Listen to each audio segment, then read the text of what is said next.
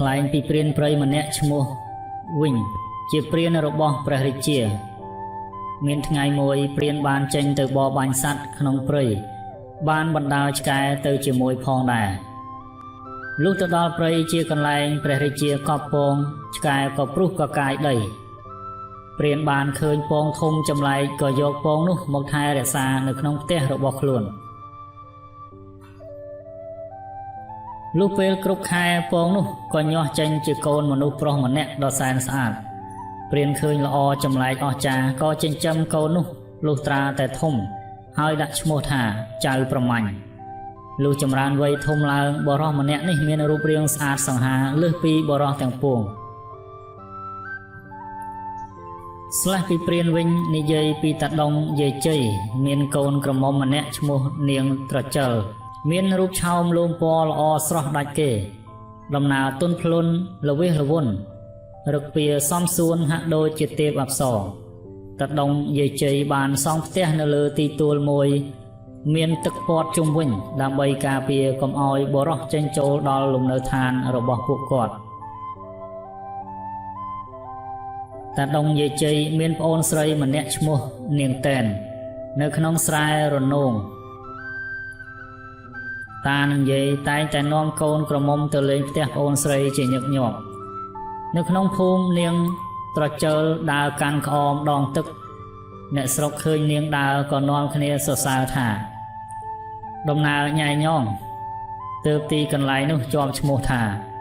ភូមិឃុំញ៉ៃញងរាល់ពេលនាងដើរមកដល់អណ្ដូងទឹកមានមនុស្សសរសើរនាងថាសាច់សស្គុះទើបទីនោះជាប់ឈ្មោះថាឃុំគុះមកដល់សពថ្ងៃនេះថ្ងៃមួយតាដុងយាយជ័យនិងកូនមកលេងផ្ទះនាងតែនទៀតលុះមកដល់ពាក់កណ្ដាលផ្លូវបានជួបនឹងព្រានវិញកំពុងនាំចៅប្រមាញ់ដើរបរបាញ់សត្វក៏ជជែកសួរសុខទុក្ខគ្នាទៅវិញទៅមក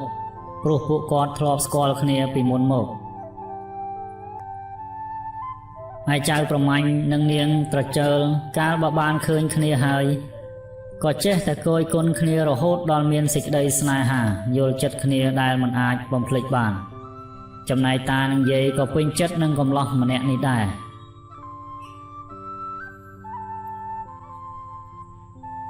ក្រោយមកចៅប្រមាញ់ក៏ចេះតែស្កាត់មកជួបនាងត្រចើលរាល់លើកដែលនាងបានមកលេងផ្ទះម្ដាយមីងមានថ្ងៃមួយតាយាយរវល់ខ្លាំងពេកនាងក៏លបមកលេងផ្ទះម្ដាយមីងតែម្នាក់ឯងថ្លែងពីព្រះរាជាដែលគង់សំចតនៅព្រៃបន្ទាយលង្វែក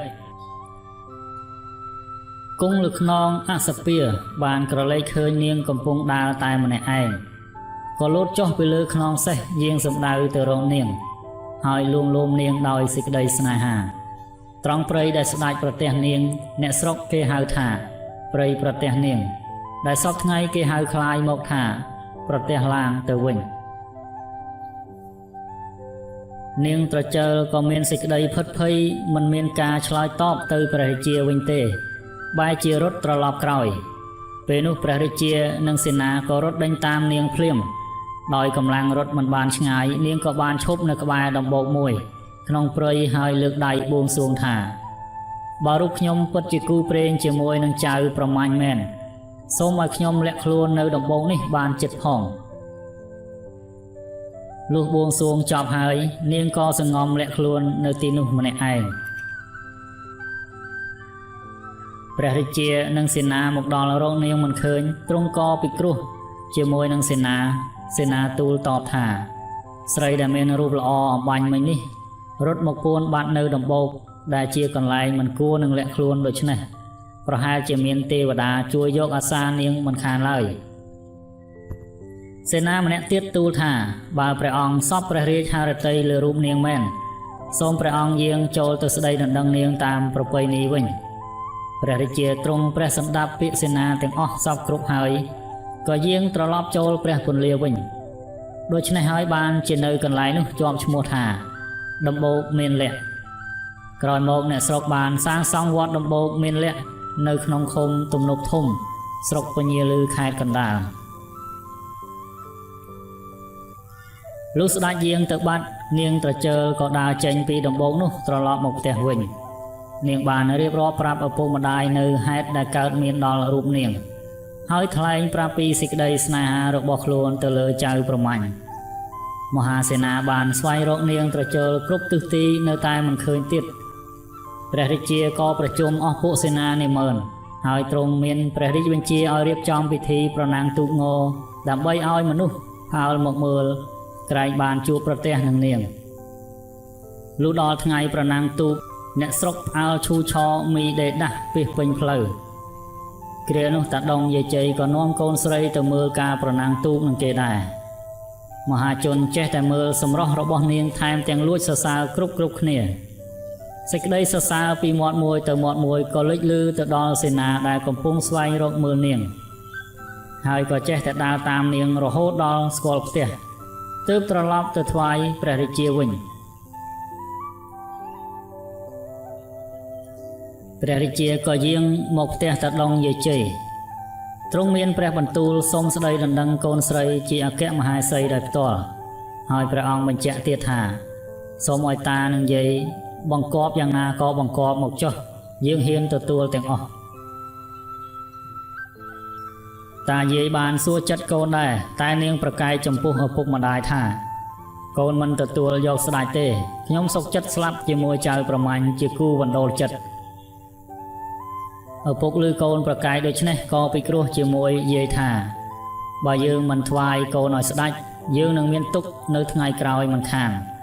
តែបើលើកនាងឲ្យទៅទ្រង់យើងអាណិតចិត្តកូនដែលបានស្រឡាញ់គ្នាជាមួយចៅប្រមាញ់ជាទីពេញចិត្តរបស់យើងបើអញ្ចឹងយើងបង្គាប់ព្រះអង្គឲ្យធ្ងន់ទៅយាយបន្ថែមបន្ទាប់ពីពិភាក្សាគ្នារួចយាយតាក៏មកបង្គាប់ទូលព្រះរាជាថាសូមព្រះអង្គលើកផ្លូវមួយចាប់ពីព្រះពន្លាមកដល់ផ្ទះទូលព្រះបង្គំឲ្យរួចជាស្រេចតែក្នុងមួយរាត្រីប៉ុណ្ណោះបើមិនហើយទេទូលព្រះបង្គំមិនលើកកូនថ្វាយព្រះអង្គឡើយព្រះរាជាទ្រង់ព្រះសម្ដាប់ហើយយល់ថាបន្ទុកនេះធ្ងន់ណាស់តែដោយសារទ្រង់ទស្សពិតរាជធម៌ថែមទាំងសពព្រះរាជហឫទ័យលើរូបនាងខ្លាំងលើសលប់ផងនោះទ្រង់ក៏ទទួលធ្វើផ្លូវតាមបង្គាប់តាដងយាយជ័យមែន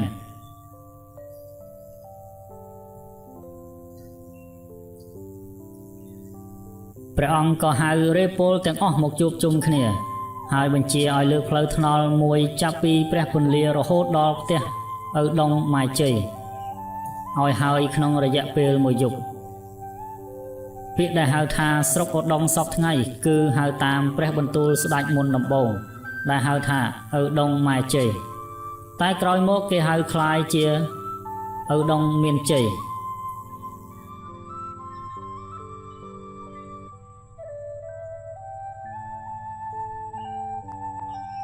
គ្រានោះរេពលទាំងអស់លើកផ្លូវតាំងពីប្រលប់រហូតដល់ភ្លឺតែផ្លូវនោះនៅដាច់មិនទាន់ជួបគ្នាទើបទីនោះហៅថាភូមិថ្នល់ដាច់នៅក្នុងមន្ទីរលង្វែកស្រុកកំពង់ត្រឡាចខេត្តកំពង់ឆ្នាំងព្រលឹមស្រាងតាដងយាយជ័យបាននាំគ្រួសារចុះទូករួចជាស្រេចទៅមើលផ្លូវថ្នល់ដោយមានបំណងថាបើព្រះអង្គលើកផ្លូវក្នុងមួយយប់ហើយមែននោះនឹងនាំកូនរត់តែម្ដងលុះឃើញផ្លូវលើកមិនទាន់ហើយតានឹងយាយត្រេកអរជាខ្លាំងក៏ច្រានទូកចេញទៅវិញមិនបង្អង់ឡើយលុះស្ដេចយាងមកដល់តតឃើញទូកតាដងយាយជ័យចេញទៅឆ្ងាយទ្រង់គិតស្មានក្នុងព្រះទ័យថាឪដងម៉ាយជ័យមុខជាខឹងពីការលើកផ្លូវមិនរួចនេះហើយបានជាពួកគាត់មិននៅចាំជួបដូច្នេះព្រះរាជាក៏ចាត់សេនា4នាក់ឲ្យចូលទៅអង្វរតាយាយនិងសុំយកនាងមកធ្វើជាព្រះទេពីរបស់ព្រះអង្គសេនាក៏ទៅអង្វរតាយាយតាមព្រះរាជបញ្ជាពេលនោះនាងត្រចើលក៏លុតជង្គង់សំពះប្រណម្យទៅសេនាវិញថានាងខ្ញុំសូមក្រាបបង្គំព្រះរាជាថាខ្ញុំម្ចាស់មិនសុខចិត្តទៅធ្វើជាព្រះទេពីរបស់ព្រះអង្គទេព្រោះខ្ញុំម្ចាស់ជាកូនរាស្ត្រសាមញ្ញធម្មតាតែប៉ុណ្ណោះបើព្រះអង្គនៅតែបង្ខំខ្ញុំនឹងសម្លាប់ខ្លួនខណៈពេលនោះតាដងយាយជ័យស្ទុះទៅអង្វរសេនាថាសូមលោកទៅទូលព្រះរាជាកុំឲ្យព្រះអង្គបង្ខំព្រះទ័យខ្លាំងពេកចាំខ្ញុំលួងលោមចិត្តកូនស្រីខ្ញុំឲ្យបានស្រួលបួលសិនសេនាឮហើយក៏លាត្រឡប់ទៅវិញ